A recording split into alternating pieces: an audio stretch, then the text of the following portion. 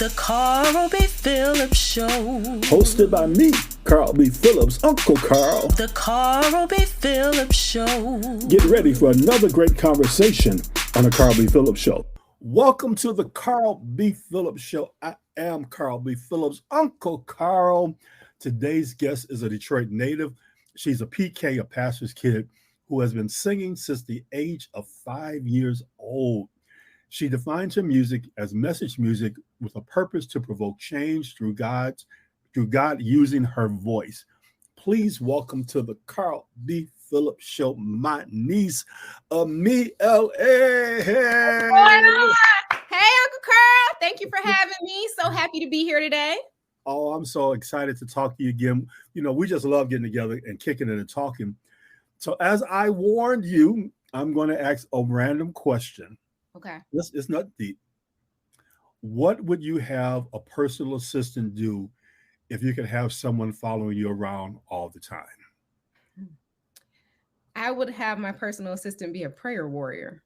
If I had somebody following me all the time, I think that it's important to have those individuals in your lives that can actually intercede for you, especially as a gospel artist. Mm-hmm. And I'm standing on the shoulders of giants, you know. I'm grateful for all of the intercessors that God has surrounded me with and that has blessed me throughout my life to help me to have an actual trajectory of what I'm doing, you know. It has literally helped to set my life on the right path. And so I'm very grateful for it. So, yeah, that's what I would say. You know, I was thinking like they would go shopping for me. They would, pick up clothes from the cleaners. But you would I like to go shopping myself, Uncle Carl. You know, I like to do my own shopping. But you took it to a spiritual place, and I admire you for that. The last time we talked, you had just released the EP Decades. Since then, you released the EP Journey and the single OMG. Talk about your journey in between each of those releases, from Decades to Journey, from Journey to OMG. Talk a little bit about what that journey has been for you. Yeah, it definitely has been a journey of, I would say, continued growth.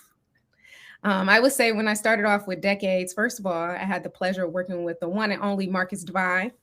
Yes. It was wonderful. And then I had an opportunity to meet you and, Greg, everybody, the whole team over there at Intercourt. We'll give y'all a shout out because they're awesome, first of all. And so that was a wonderful opportunity working with him and just really having the opportunity to grow as an artist. So I would say that. And so Decades was really given to me because, as you know, I'm a fashion person. I love clothing. As you mentioned, talking about going shopping for me, LA, maybe do that. It's something that's been a part of my life as a very young age. I used to actually draw and make my own clothes. Mm-hmm. People don't really know that. And so it's something that really kind of has focused my life, as far as fashion has been concerned. So I've always had an interest for it. So Decades was kind of like, let's do a blast from the past. Let's do like a Back to the Future, but gospel version. So I traveled through the 70s and the 80s and the 90s with the music that was released in that EP. So I know you weren't born in the 70s, but what type of musical influence would you have had from the 70s? Yeah, so that's a great question. So no, I wasn't born in any of those decades, but I have been blessed enough to enjoy the fashions from all of them. I have some individuals that has really, I've just looked up to throughout the years. I would say, starting really early on was Billie Holiday for me. So, yeah, I love Billie Holiday. God bless the child that has his own. God bless the child and Good Morning Heartache. Oh, my goodness. Yes, she has so many of those wonderful songs. And for me, so I went to Performing Arts High School. A lot of people don't know that, but I went to DSA. And so Detroit School of the Arts. And I graduated from the old school. Initially, I was at the old school initially, and I graduated from the new school, actually. But I was the last class. I'm telling my age. I was the last class to actually graduate to move on to the new school. So that was pretty cool. So just during that time frame, I learned so much about Billie Holiday, and I really fell in love with her storyline. And I mean, it was tragic, but also too, it was so deep, right? And she spoke from a very honest and real place. And she was unique. Her voice was so unique. Wow. So I would say that, and then just really moving on from there. Of course, I listened to, Michael Jackson. I listened to Michael Jackson, Jackson 5, growing Okay, up. But I so would say which era of Michael Jackson did you listen to? Because I'm original Michael Jackson. PYT. I used to listen to PYT, with Michael Jackson during that era, and Okay. Beat It, and as you So mentioned. you came along in the Thriller era. Yeah, the Thriller era is when I came around. And then also some Stevie Wonder, I had an opportunity to listen to some of his stuff as well. But I would say just traveling through those actual eras. And I say Minnie Riperton too. She was someone that Minnie Riperton, her voice was just amazing. And I think honestly, I found out about her through Mariah Carey. Okay. So I am a lamb. And so I've been listening to Mariah since I was very young. And she's actually someone that I was really interested in, following as a young person. And I just loved her voice. I mean, 7 different octaves. That's amazing. And so I kind of grew up listening to her. A lot of people was like, "Oh, did you grow up listening to Whitney Houston?" Because I could hear some influence. Like, no, but Mariah Carey actually listened to Whitney Houston, and that was a legend that she idolized, And so it makes sense, right? If I'm listening to Mariah Carey, so I would say that, and then also too traveling on from there, obviously the gospel greats. I had opportunity, Yolanda Adams, More Than a Melody. Growing up with that was really something synonymous for me. I fell in love with Yolanda Adams. I just loved everything about her voice and her presence. Just really seeing her and her demeanor, the way that she carried herself. I thought something about that was so special. And then also too, Kirk Franklin. He had that whole era with Kirk when he came out, and how it wasn't necessarily with Stump that it was a lot of backlash with that song. And I actually grew up during a time frame where my dad was very open to that. He was like, he was the pastor pulling up in the parking lot blasting Stump. And we're all in the back seat like, Stump, yeah. And you just see the kids in the back seat, super excited. And we're pulling up, and people are looking at us with the face like, you shouldn't be listening to that. That's worldly music. It's like, it's not really though. It's just different than what you're used to. It's not traditionalism, And so that's why I consider myself a rebel against traditionalism.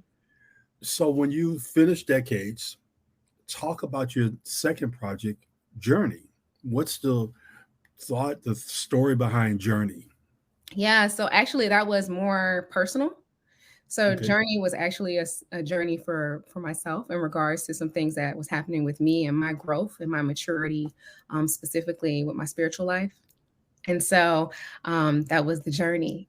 And so it was a very, very real album, to be quite honest. And there were some other pieces in there that were influences from individuals that I've grown up with and situations that they have endured as well. And so that was kind of a very personal album for me.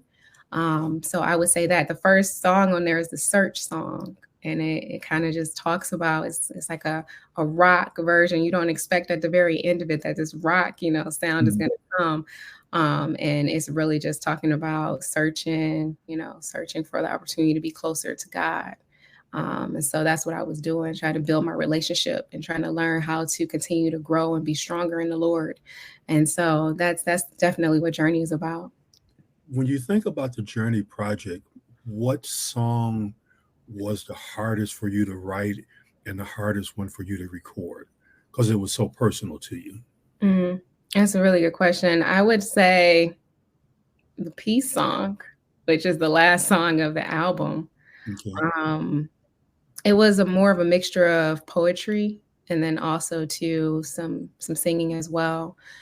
And for me, I think that was really difficult for me a little bit because it was so honest, as far as what I was saying, not making time, for God, because you have all these excuses. Oh, I'm busy. I have, take care of the kids. I'm cooking, I'm cleaning, so I don't have time to worship God, or I don't have time. You cook? Oh, you haven't heard about Cooking with a Meat LA? Yes. In the kitchen? Yes. Your home cook? I know you done seen it. I know you saw it on the crowd. I'll be on the podcast sometimes doing my cooking in the kitchen. Yes. Yeah, I do. Honestly, I grew up cooking. Now, come on, now, don't let the smooth taste fool you. That's what my dad. Uh-oh. Hey, Uh-oh. She don't gonna fret. whip up. She gonna be baking a pound cake with a pound of butter in a minute. Now, I'm not a baker. That is Okay. not my gift. For those who are gifted in that area, praise them. Okay, that is an amazing gift to have. I do have some grandmothers who are very southern and they love to make everything from scratch, and it's amazing. Can That you is make? not my gift. You can't make biscuits from scratch. No, I don't do the biscuits from scratch. No, Okay. no. But I can get you Pillsbury Poppin' water and bread. I can get you some hot water bread. Grew up with that, so I can get that together for you real quick. No, but I can make other things. Oh, Carl, come on, I make steaks. I make all of that. So really, honestly, it's an interesting story on how I learned how to cook. First of all, I grew up really, my mother, she had us at a very young age in the kitchen with her, watching everything that she was doing. And my dad, he liked his pancakes a very specific way. He liked, his pancakes light. He don't want to see dark pancakes. At that point, he thinks they are burnt and he does not want them. And so because I made the pancakes very well, he always wanted me to make them for him. So therefore, that helped me so much, right? To learn how to cook. So it was a motivation thing. And then he loves steaks. So it's like, okay, let me show you how to make a steak the right way. This is how you do it. This is what you don't do. You want to make sure it's tender. You want to make sure you put some butter in there, melt it in the middle, stick a fork in there and make sure it's tender and all the butter gets into the steak. You're making me hungry right now. I know how to throw down just because I don't actually eat the stuff. I do know how to make it. All right. So we on this journey. Let's get out the kitchen. We back. We're back. From Journey, you did OMG. What's the story and the meaning behind OMG? Yeah, so the story with OMG actually is about being young, fly, and saved. That's what it's about. Yeah. What's and, OG? No. What do you say, girl? What about for the OGs? We can't. I didn't do that. That was a song for the OGs, but the OGs can listen to it, and vibe all day if they want to vibe. But it was definitely about being young, saved, and fly. I think so often you can hear that I'm rapping on that one. So I rap and sometimes I'll also sing as well, and I do poetry. It's however God gives me the music. And I went ahead and I rapped on that, and I had an opportunity to work with iProject, which was pretty awesome. So he was featured on that as well, and he did the beat. He produced that track. So wow. So you've had the ability to work with various types of producers. In each producer, what do you look for them to bring out in you? Yeah, so that's a great question. Each producer is very different in how they like to go about creating music. And you have to respect that, right? Because that's their gift. And so I think for me, I'm really looking for the right connection, right? Mm-hmm. I don't want to walk into the studio and work with someone that's on a totally different page than I am. I like to be able to have an open environment where I can bring my ideas, you can share your ideas, and we collaborate and make something great. So that's something that is really important to me. So when I was producing specifically with iProject, I actually brought some ideas because I wanted to do more of a K-pop kind of a influence. And so even with the track itself, I sent him a few different K-pop songs and some anime influences because I'm big on anime. And so I love anime. I watch it all the time. The storylines are amazing. And so he was able to work with me to produce something great. And I was really pleased with it, to be quite honest. And then, really working with Marcus Divine, I mean, that whole process is just amazing. I would just say that is just something I can't even explain. It's a whole nother level. I can bring an idea to him and literally he's like, oh yeah, I got it. I understand what you want to do. And he just starts playing. It's just like, whoa, that's exactly it. Like, oh my God. How did you know? Oh, you're in my head. This is crazy. So in my head. This is crazy. But we have a good time too. We're in the studio. So a lot of times when you go to different environments and different places, one of the words that I often hear is, you have really good energy. You have really good, your energy is really good. And it's like, okay, the Spirit of the Lord, all praises to the Lord God Almighty. But I understand what they're saying, and I think it's important and imperative to have good energy and good vibes with any producer or any individuals that you're working with on a project. My last project, when we talk about that, I'll tell you about that producer relationship. But I would say that was someone that reached out to me and they had that same good energy, good vibes. And I immediately knew, okay, this could work. Awesome. Growing up in church, do you remember the first song that you sang in a church service? Let's see here. I want to say it's How Great is Our God. Sing a little bit of it, just one line. How great is our God? Sing with me. How great is our God? Wow. All will see how great is our God. All will see. Yeah, they will see how great. That's awesome. So yeah, I would say that there's some old school songs too, I would say that as well, higher, higher, lower, lower, you know that. Higher, higher, higher. Lift Jesus higher, lower. That's old school right there. And I could see you being very animated doing something like that. Mm-hmm. Absolutely. I mean, the crowd loves it. You love it, I like it, So that's how it works. And then whatever Holy Spirit gave me, so that part. We've already talked about your love of fashion. What is the oldest piece of clothing you own and still wear? Well, I have a lot of old pieces of clothing because I am a huge fan of vintage clothing. So I would say, let's see, one of the oldest pieces I think would probably be a blazer that my grandmother gave me. Wow. Yeah, and I still wear it. And I think about her every time I wear it. So wow, that's a blessing. I love speaking with you because I'll come with a crazy question, but you'll flip it and make it into something that almost had me crying. I didn't realize you had that gift, niece. Thank you. I appreciate it. Thank you. Hopefully it blesses someone. You recently released a new single called Homeless. You defined the song as a captivating journey of faith, hope, and resilience. Tell us about the journey you want Homeless to take listeners on. So, I don't want to have you start crying like you just mentioned, but it's definitely more of a deep perspective. So it's really about the key to Jesus, and that representation is through homelessness. That is the representation of it. Because definitely the Lord, God knows the heart of a man, right? And so he gave me a vision. And the vision that he gave me was of a woman who was homeless. And I could see her vividly right now to this day. And I was told to write her heart. Wow. So it actually had me crying. And so that's exactly what I did. And it's really just a symbolization of, regardless of the trials and tribulations that you go through, know that it's temporary, and know that you can lean on God and you can lean on him through his word. So that's what it is. Quote a verse of the song. You don't have to sing it, but just speak some of the words of the song. Sure.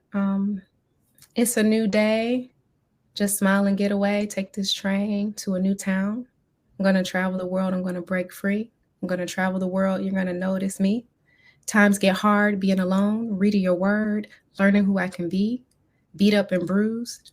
One day I'll be amused, persuaded. So those are kind of some of the words. Wow. That's deep. Yeah. I don't want to go down. I want people to go ahead and listen to it. But one of the things that when I listened to the song, the beginning of the song is what really caught my attention, where the birds are chirping and it's just piano. Why was it important to you to have that at the beginning of the song? Yeah, so actually it's a beautiful piece by Maddie out of California. He has had a lot of placements and things of that nature with NBA, 2K, and HBO and things of that nature. And he actually reached out to me and was like, I really want to work with you, and I want to send you some tracks and just take a listen and let me know what you think. And so he sent me man, Maddie sent me like 60, 70 songs because he Wow. wanted to he sent me a lot of music. And it was awesome because I listened to everything that he sent me. And this particular track just stood out to me.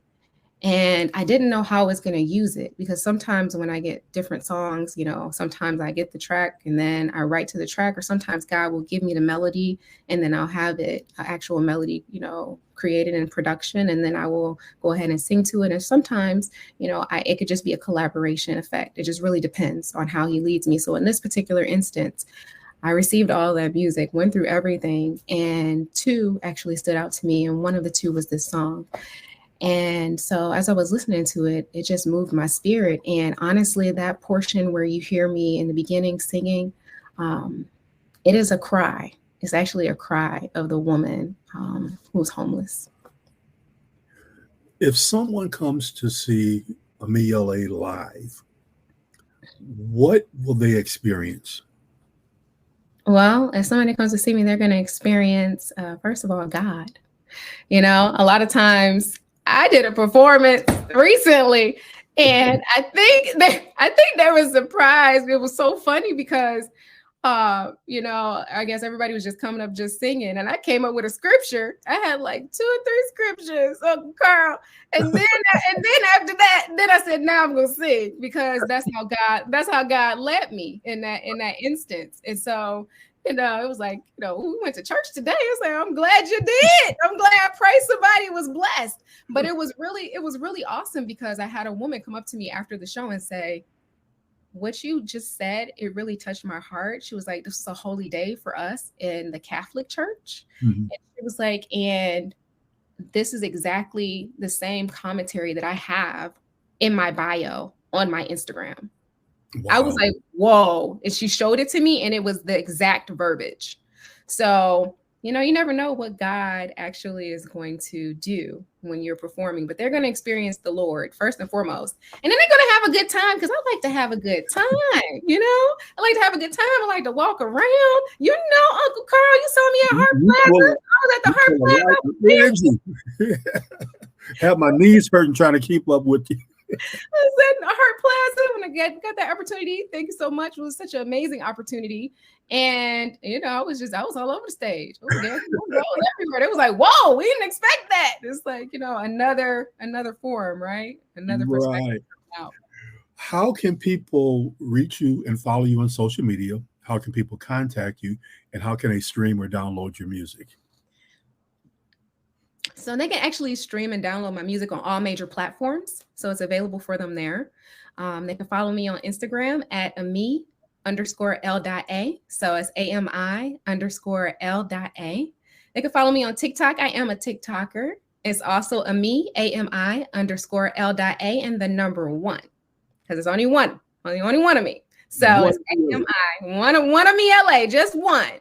And so they can follow me there. And then they can also go to my website, which is ami-lafam.com, because I call all of my family my LA fam. You know, everybody that supports me is family. And I know a lot of people say that, but I am so serious. Like, you guys are my family. I appreciate all of my supporters that reach out to me, that encourage me. It's a blessing.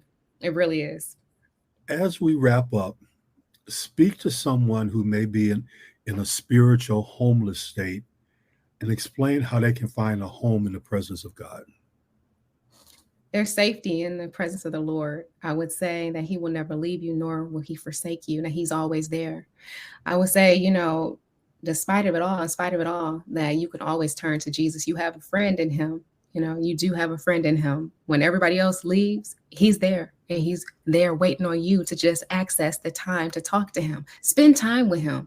Meditate on his word day and night. Spend time with him. Even if you're not getting the opportunity to meditate on the word, pray.